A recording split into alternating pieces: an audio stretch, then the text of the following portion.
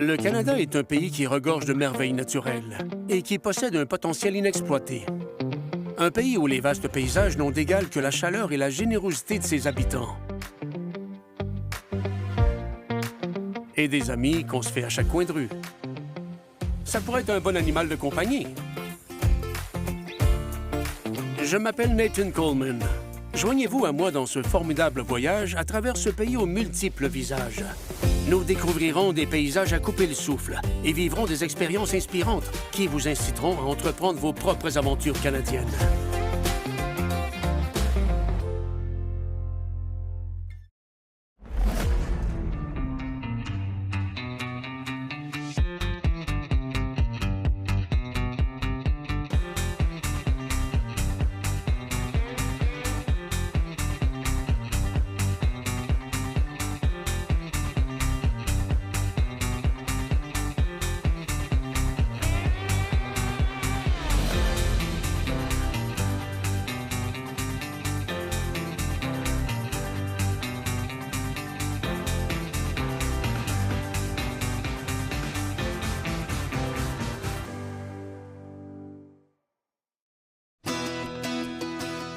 Avec plus de 13 000 km de côte en Nouvelle-Écosse, l'océan n'est jamais très loin.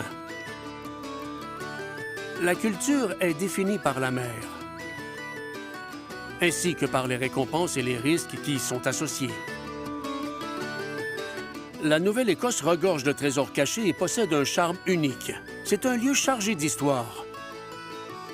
Cet endroit d'une beauté intemporelle offre un mode de vie qui concilie harmonieusement le travail, la famille et la détente. C'est un endroit accueillant. Je suis ici chez moi. Je vais vous faire découvrir les endroits de cette province que j'aime le plus. Le plaisir est dans le voyage. Allons-y.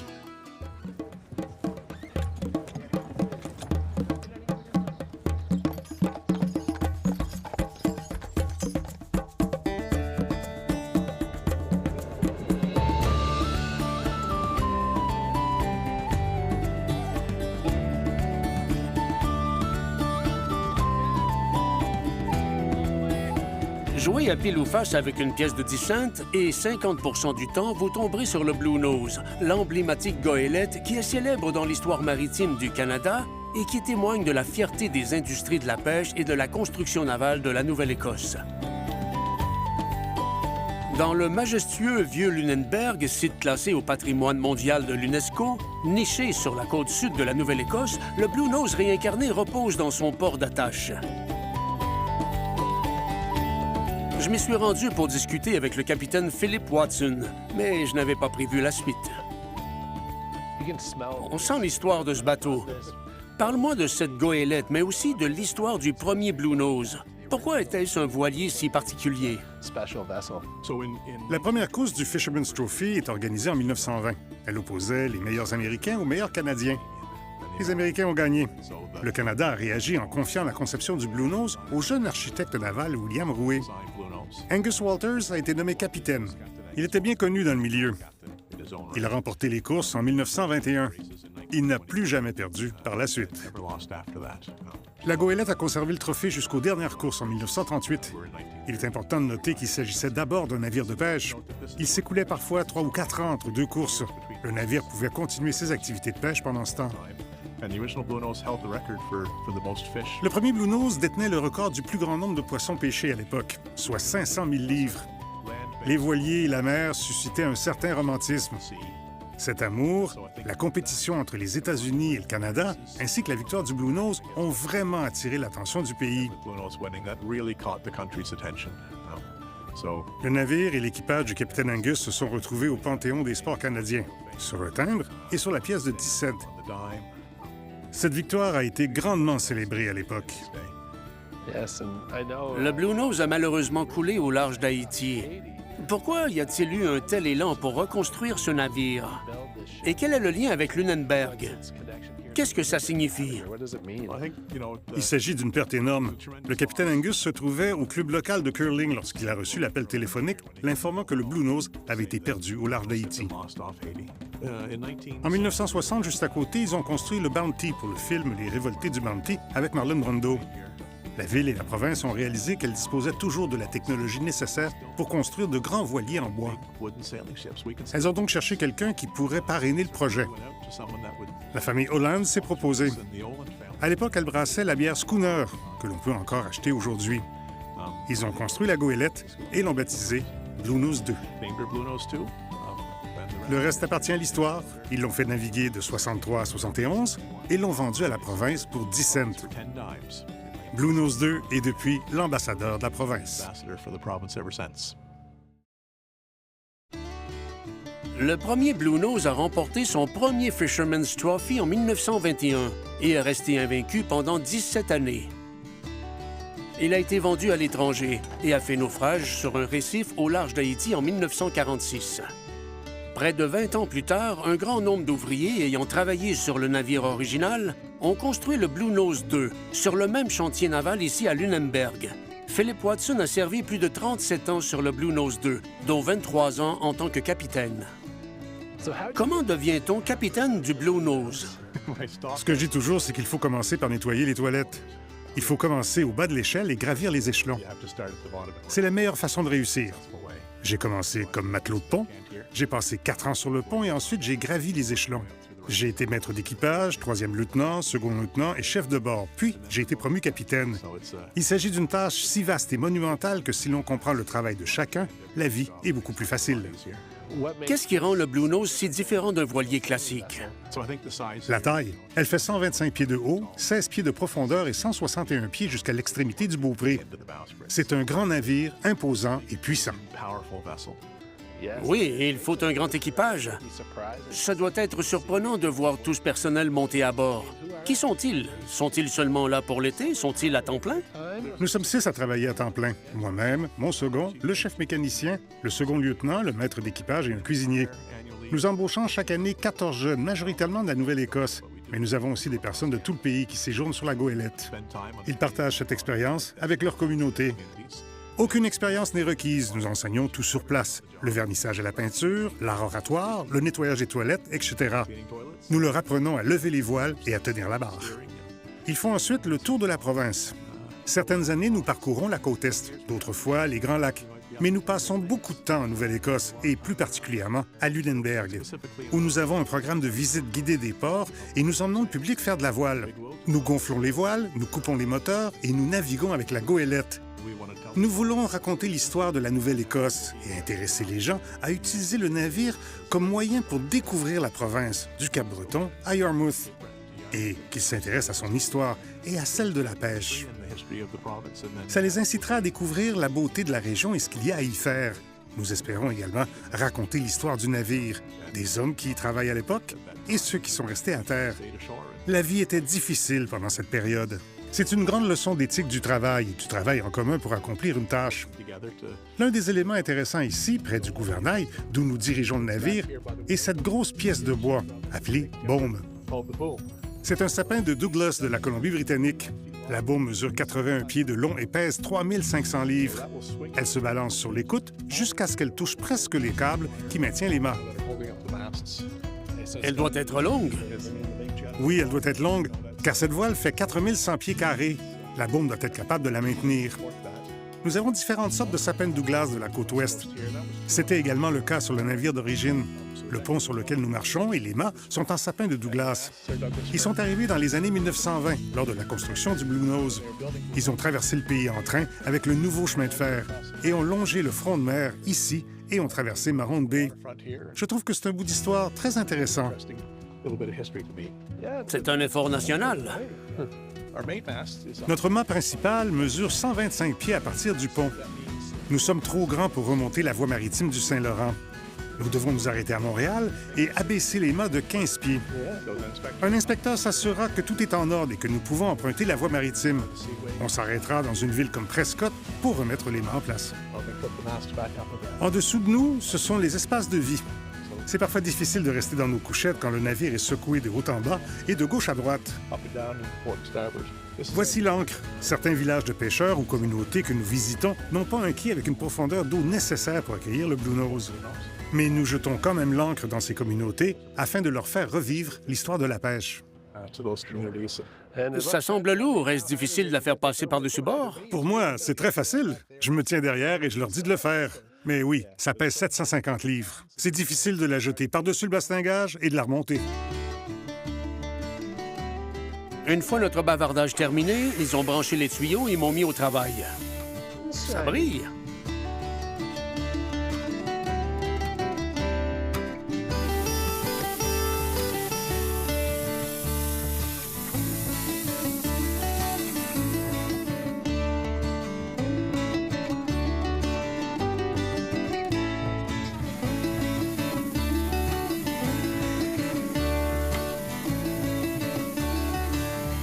Qui sait si cette histoire de télévision ne marche pas, j'aurais peut-être un avenir en tant que matelot. Le Blue Nose étant en parfait état, je suis allé me promener en ville. J'ai savouré un cornet bien mérité et j'ai tissé des liens avec les habitants. Après tout, ce qui fait la beauté d'un endroit comme Lunenburg, ce sont les gens intéressants que l'on y rencontre.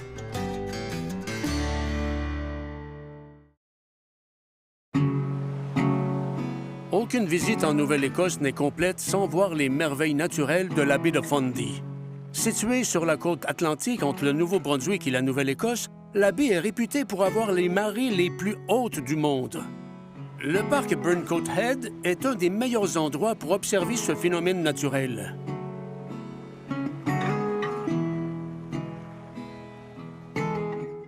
Ici, 2 fois par jour, la marée monte et descend en moyenne de 47,5 pieds. C'est la hauteur d'un immeuble de 4 étages.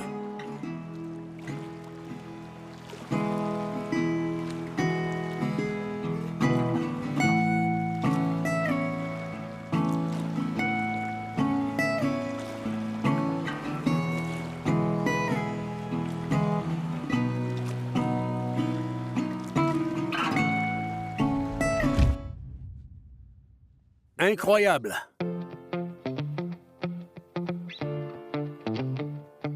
Lorsque la marée s'est retirée, j'ai fait une promenade au fond de l'océan avec Denise Thompson, qui m'a donné un aperçu des trésors qui reposent ici.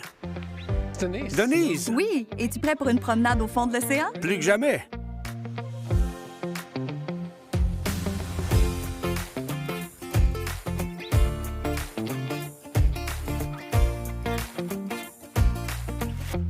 Nous marchons au fond de l'océan. C'est une expérience unique. D'autant plus que ce sont les marées les plus hautes du monde.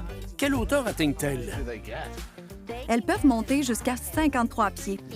S'il y a une marée royale ou une marée de périgée, elles peuvent monter jusqu'à 53 pieds, ce qui est assez incroyable. Qu'est-ce qui rend ces montées et ces descentes si spectaculaires? Alors, si on regarde une carte, on voit que le bassin des mines et la baie Cobequid forment une sorte d'entonnoir. Lorsque 160 milliards de tonnes d'eau entrent dans un entonnoir, elles ne peuvent qu'aller vers le haut. C'est donc en raison de la géographie du paysage que l'eau monte. Ça donne de belles photos avant et après. C'est tout simplement incroyable. On peut passer la journée ici à chercher des fossiles. Pourquoi y en a-t-il autant? À cause des marées. Le grès est si poreux qu'il s'érode constamment. 160 milliards de tonnes d'eau, c'est beaucoup de puissance. L'érosion permet de découvrir beaucoup de choses. À chaque marée, on ne sait jamais ce qu'on va trouver. Oui, il faut aussi surveiller l'horaire des marées. Oui, il est très important de connaître les heures de marée. Le problème n'est pas tant que l'eau vous rattrape, c'est que vous soyez entouré par celle-ci sans vous en rendre compte. Il est très facile de perdre le fil. C'est surprenant. Il y a même des choses que l'on peut manger. C'est un bon endroit pour chercher de la nourriture. Oui, c'est vrai. On trouve de la mousse d'Irlande ici. Elle est récoltée sur la côte sud de la Nouvelle-Écosse et sur l'île du Prince-Édouard, où elle est utilisée pour fabriquer de la crème glacée et de la bière. Voici le varech vésiculeux. Il a des tales plats qui ressemblent à un cœur. Et le cœur, la vessie, c'est ce qui est comestible. C'est bon pour la vessie? C'est bon pour les douleurs articulaires. Les douleurs articulaires. D'accord. Je vais goûter pour voir si j'ai moins mal aux articulations. OK, vas-y. Qu'en penses-tu? C'est bizarre. C'est gluant. Tu en veux encore? Non, merci. Si tu regardes par là, tu vas voir une petite île qui ressemble à un chapeau haute forme. C'est Brick Kiln. D'accord. Durant la Seconde Guerre mondiale, il y avait une base militaire américaine là où se trouve aujourd'hui le parc provincial Anthony. Ils avaient l'habitude de faire des essais de bombardement aérien et d'utiliser cette île comme cible.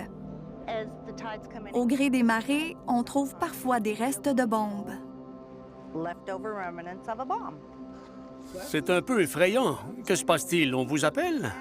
L'année dernière, un enfant a trouvé une bombe sur la plage. Sa mère et lui ont pris une photo et sont venus jusqu'au phare. L'enfant était catégorique. « J'ai trouvé une bombe! J'ai trouvé une bombe! » Sa mère en doutait. C'est à ce moment qu'on leur a parlé de la Seconde Guerre mondiale et de l'entraînement avec cette île comme cible. Ils avaient donc pris une photo et surtout entouré l'endroit où ils l'avaient trouvée. Anita et moi sommes allés la chercher et nous l'avons ramenée. Nous sommes rentrés à la maison et nous avons montré les photos que nous avions prises à nos maris. Ils ont tous les deux dit « Vous n'avez pas transporté ça, j'espère? » Nous avons dû fermer le parc et faire venir des démineurs militaires. On ne sait jamais ce que la marée va nous donner. On ne sait jamais. Pourquoi veux-tu que les gens visitent cet endroit? Que veux-tu qu'ils découvrent? Nous avons les marées les plus hautes du monde. Où trouve-t-on un tel phénomène naturel ailleurs? C'est absolument spectaculaire ici. Pour les gens qui viennent d'un peu partout, c'est une expérience incroyable. Ils n'ont jamais rien vu de tel. Quand on grandit dans cette région, on tient ça pour acquis. J'ai l'impression d'avoir visité deux endroits complètement différents en l'espace de 12 heures. La marée est haute, je reprends la route. Située sur la côte de l'océan Atlantique, Peggy's Cove est une ville de pêcheurs qui compte environ 40 habitants. Oui, 40 personnes. Chaque année, près de 800 000 visiteurs affluent dans cette région. C'est en grande partie grâce à ce site. Le phare de Peggy's Point est un des phares les plus photographiés au monde et un des 160 phares historiques présents en Nouvelle-Écosse. Construit en 1915 pour remplacer la tour d'origine, le phare de Peggy's Point surveille toujours les homardiers en activité. Je suis monté à bord de l'un d'eux avec John Campbell, propriétaire du restaurant familial Sou'wester, pour comprendre ce qui rend ce lieu emblématique si spécial. Le suroît ou le Sou'wester est un chapeau porté en Nouvelle-Écosse lorsqu'on ne veut pas se faire mouiller. C'est aussi le nom de votre restaurant. Parlez-moi de son histoire. Mes parents ont ouvert le restaurant au printemps 68. C'était la fête des mères. À 14 heures, il ne restait plus rien. Ils ont dû dire aux gens qu'ils étaient désolés, qu'il n'y avait plus de nourriture. Ils ont dû fermer pour le reste de la journée. Wow, c'était donc populaire dès le premier jour. Dès le premier jour, oui. Quelle place l'industrie du homard occupe-t-elle à Peggy's Cove? Est-ce que vous apportez les homards pêchés directement au restaurant? Oui, en saison. Notre saison vient de se terminer, mais beaucoup de nos homards proviennent de ce homardier. Le plus gros homard que j'ai jamais vu pesait environ 15 livres. Au printemps, il est courant d'attraper des homards de près de 10 livres. Comment mange-t-on le homard? Avec soin. Tout en pensant au homard, je rencontre Alex Martin, chef cuisinier du Sou'wester, qui me montre le plus gros homard que j'ai jamais vu. Quelle est la taille de ce homard? Il pèse 9 livres et il a de la chance. Il va être remis à l'eau. Il sera remis à l'eau? D'accord. C'est ça. Il y a des homards gigantesques dans ces eaux, mais les huîtres sont l'autre trésor à essayer absolument. Ces huîtres de l'Atlantique ont-elles un goût distinct? Elles ont un goût très doux. Elles ont un petit goût d'eau salée. Elles n'ont pas un goût prononcé. Elles sont idéales pour ceux qui en goûtent pour la première fois. Oui, OK, pour les débutants. Oui, des huîtres pour débutants. Elles ne sont pas trop grosses. Elles sont très bonnes. Leur goût est frais et franc. On peut goûter l'eau de mer à l'intérieur.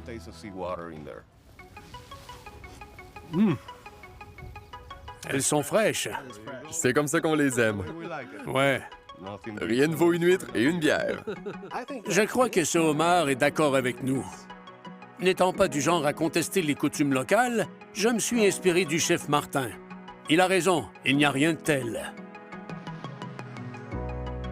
Tout en profitant de la vue, j'ai pensé aux gardiens de phare qui ont vécu ici, à ceux qui gardaient le faisceau allumé il y a 100 ans. À quoi ressemblait la vie d'un gardien de phare? Ils n'étaient pas totalement isolés. Il y avait un petit village de pêcheurs ici. Ils avaient de la compagnie et leurs enfants pouvaient aller à l'école, contrairement aux gardiens de phare des îles. Les familles étaient très autonomes. Les enfants étaient scolarisés à la maison. Ils ne voyaient presque personne, sauf pendant l'été, lorsque les gens venaient visiter les îles à la rame. Selon toi, qu'est-ce qui attire les gens à Peggy's Cove? Regarde autour de toi. Le terrain est unique. On ne voit pas beaucoup d'endroits comme celui-ci en Nouvelle-Écosse. Un géologue pourrait vous renseigner sur les différents types de roches et la raison de leur présence. Qu'espères-tu que les visiteurs retiennent du phare de Peggy's Cove? J'espère simplement qu'ils apprécient l'histoire du phare. Pas seulement celle du phare, mais aussi de toute la région. C'est un endroit incomparable. Si vous aimez la découverte, Denise et la Nova Scotia Lighthouse Preservation Society ont créé cette carte qui répertorie les phares de la Nouvelle-Écosse. À l'aventure! De plus, j'ai suivi le conseil de Denise et j'ai parlé à un géologue. J'ai marché au parc provincial de West Dover parmi les rochers géants en compagnie de John Goss, géologue. À cet endroit, des vagues géantes ont déferlé sur les rochers et ont retiré toute la terre. Voici l'endroit où ces blocs rocheux se trouvent. Quel serait le poids de ce rocher? Probablement 2 tonnes. C'est un bloc rocheux très lourd et il faut des glaciers pour le déplacer. Je ne pense pas que nous pourrions le déplacer. Il a raison.